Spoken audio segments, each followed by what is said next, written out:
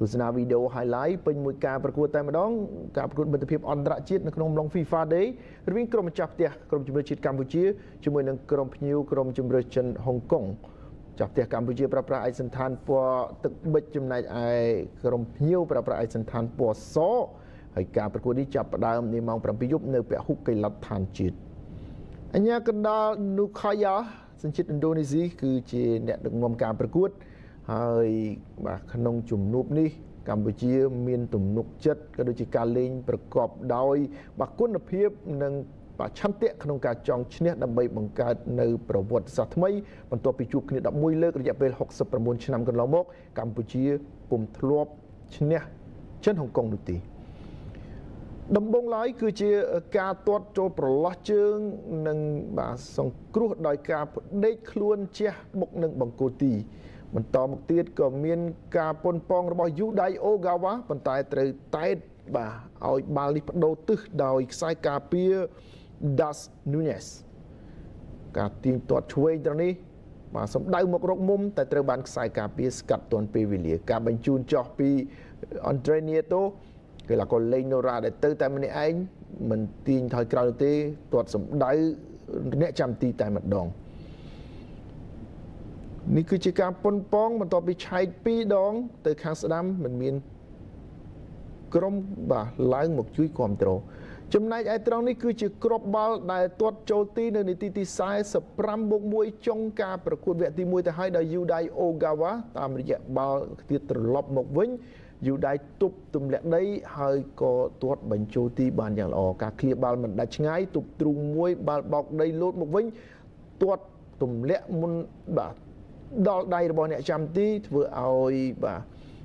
បាល់នេះគឺរត់បុកនឹងសំណាញ់ទី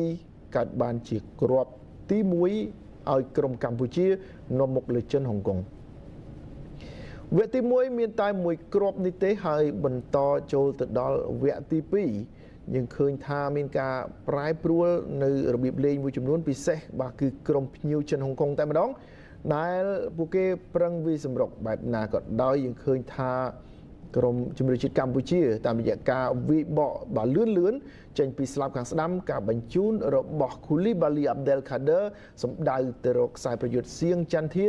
ទាត់បញ្ចប់ទីបានយ៉ាងល្អគ្រាប់បាល់ទី2នៅនាទីទី50ឲ្យក្រុមជម្រើសជាតិកម្ពុជានាំមុខលើជម្រើសចិនហុងកុងការបញ្ជូនកោងពីមុខខ្សែការពារការចលនាដណ្ដើមទីតាំងនិងបញ្ចប់ទីប្រកបដោយគុណភាពរបស់សៀងចន្ទធាជួយឲ្យក្រុមកម្ពុជានាំមុខចិនហុងកុង2-0